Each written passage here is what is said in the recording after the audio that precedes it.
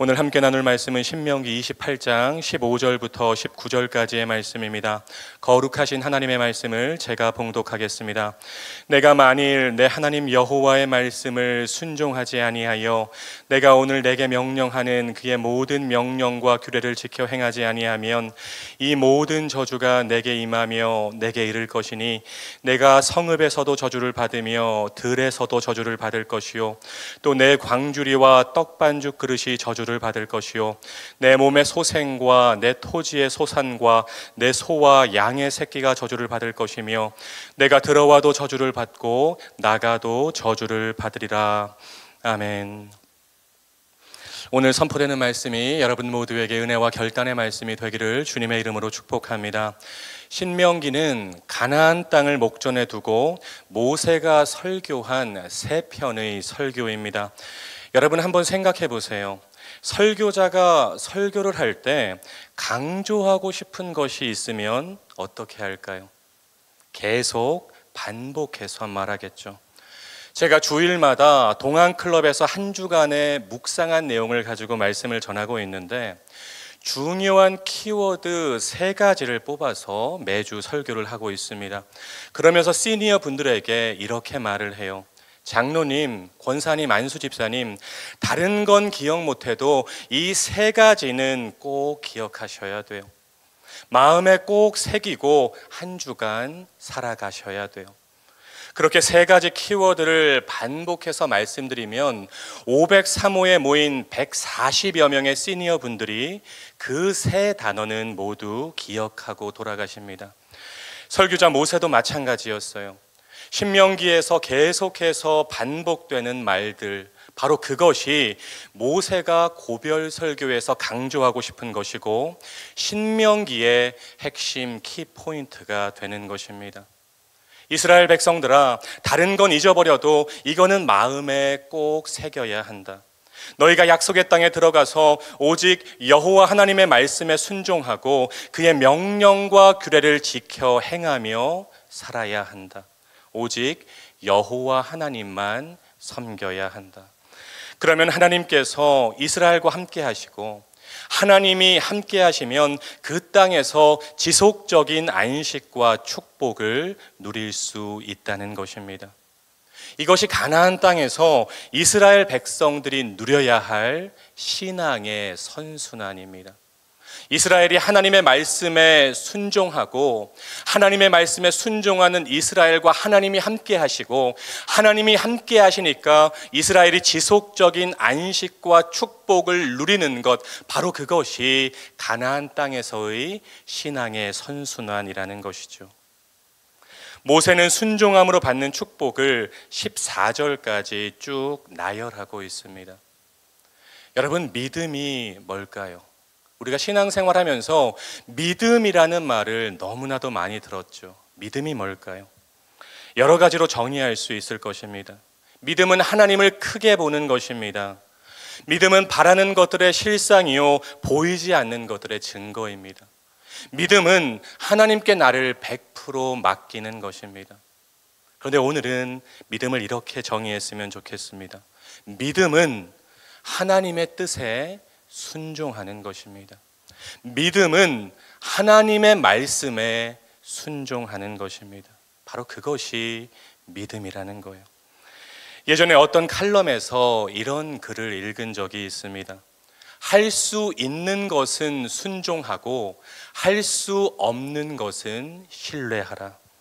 이 한 문장 안에 성공적인 신앙생활과 축복의 비결이 담겨 있는 것 같아요.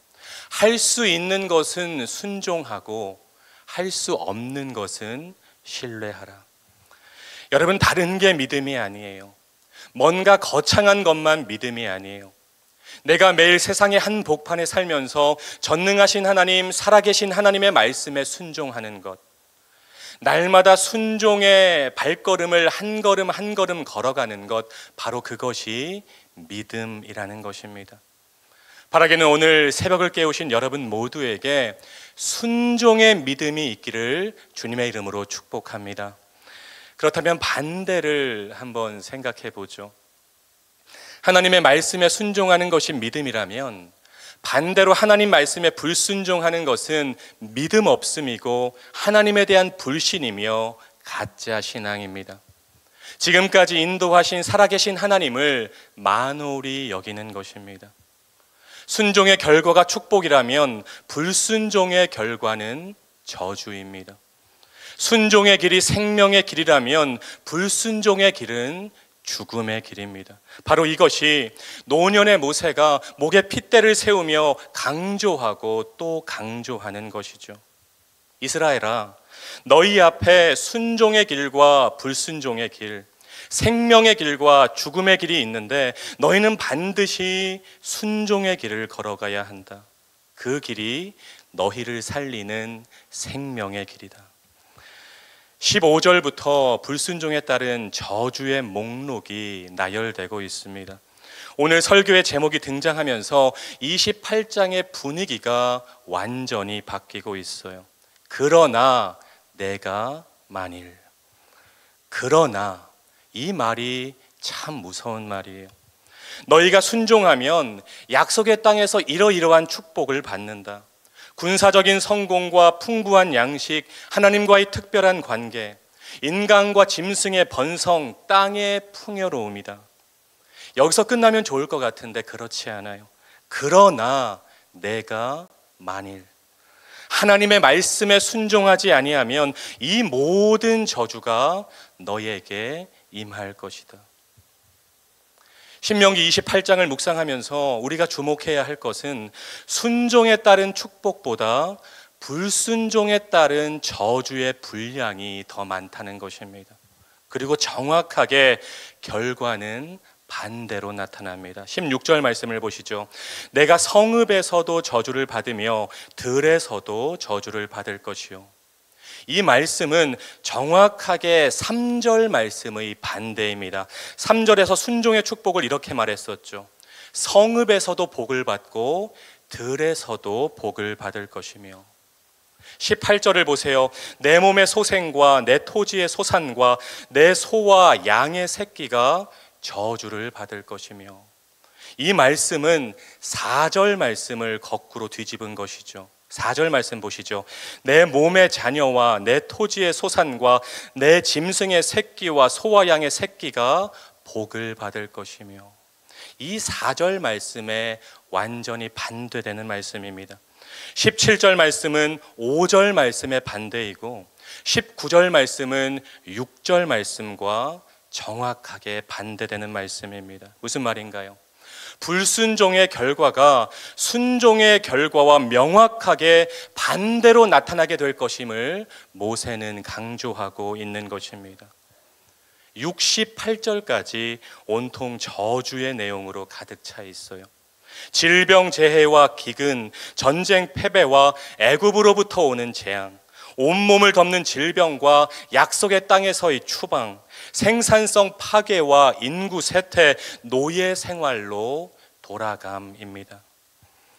사랑하는 여러분, 이스라엘이 반드시 기억해야 할 것은 이스라엘의 강함은, 이스라엘의 형통은, 이스라엘의 승리는, 이스라엘의 축복은 여호와 하나님과의 관계에서 나온다는 것입니다. 이스라엘은 다른 것에 강할 필요가 없어요. 이스라엘이 하나님 말씀에 순종함으로 여호와 하나님과의 관계에서 강해지면 나머지 축복은 따라오는 것입니다.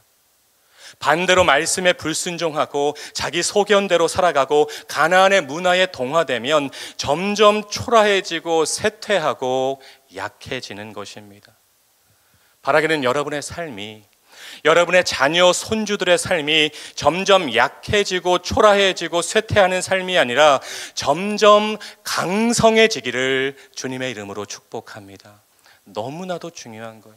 여러분 기도할 때마다 강성함의 축복을 간구하셔야 돼요. 그런데 이 축복은 어디에서 나온다고요?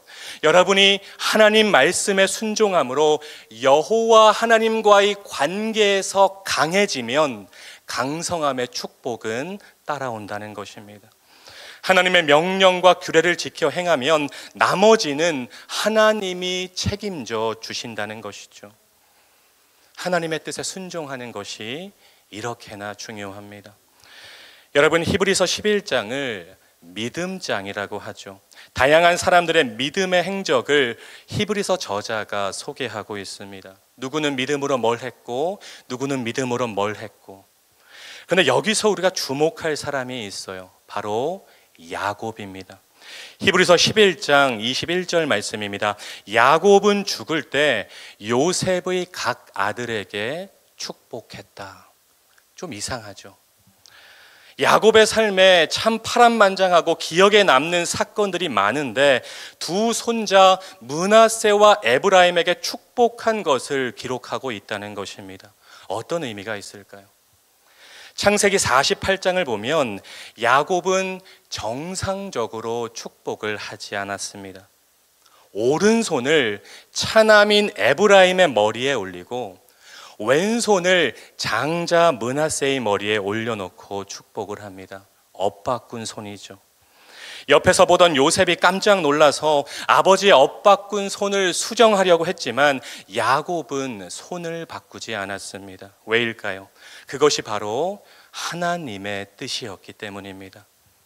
평생을 속이고 자기 맘대로 살고 자기 꾀로 자신의 뜻을 관철시키며 살았던 야곱이었지만 마지막 야곱의 모습은 달랐다는 것입니다. 야곱은 세상의 상식과 통념과 문화와 사랑하는 아들 요셉의 뜻이 아닌 오직 하나님의 뜻에만 순종합니다. 하나님의 뜻에만 순종하는 야곱. 이것이 히브리서에서 야곱의 믿음을 한마디로 묘사하는 기록이 된 것입니다. 사랑하는 말씀 삶 공동체 성도 여러분, 오늘 신명기 28장을 깊이 묵상하시면서 한 가지 키워드를 마음에 꼭 기억하셔야 돼요. 바로 순종입니다. 여러분, 순종은 아무리 강조해도 지나침이 없어요. 오늘 함께 부른 찬송가 449장도 순종의 중요성을 강조하고 있습니다. 주를 의지하며 순종하는 자를 주가 늘 함께 하시리라, 안위해 주시리라, 항상 복 내려 주시리라, 은혜 풍성케 하시리라, 주가 사랑해 주시리라. 의지하고 뭐 하는 길은? 순종하는 길은 예수 안에 즐겁고 복된 길이로다. 할렐루야, 아멘. 지금 여러분 앞에 두 가지 길이 놓여 있습니다. 순종의 길과 불순종의 길, 생명의 길과 죽음의 길입니다. 바라기는 여러분 모두의 삶이 순종의 길, 생명의 길을 선택하고 걸어가는 복된 삶이 되었으면 좋겠습니다. 그래서 성경에 등장하는 많은 영적인 거장들이 받은 축복과 은혜와 응답을 받고 누리고 경험하고 간증하는 저와 여러분, 우리 말씀 삶 공동체 모두가 되시기를 주님의 이름으로 축원드립니다. 기도하겠습니다.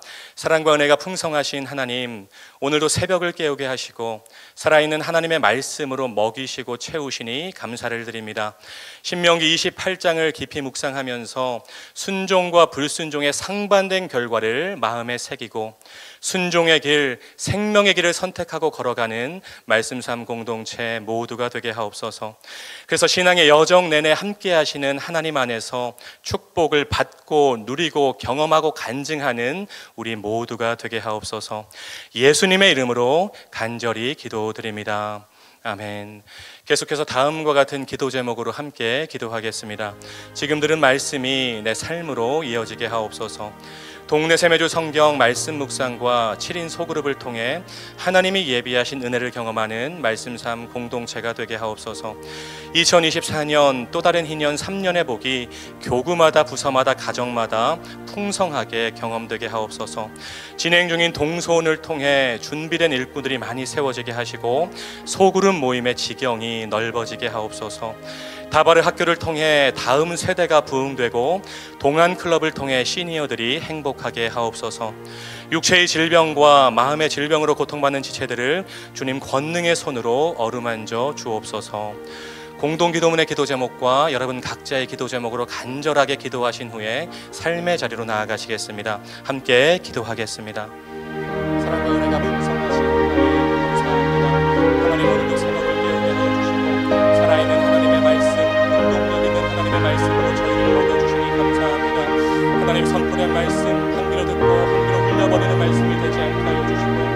우리의 삶에 실천하고 적용하고 순종하는 레마의 말씀이 될 수 있도록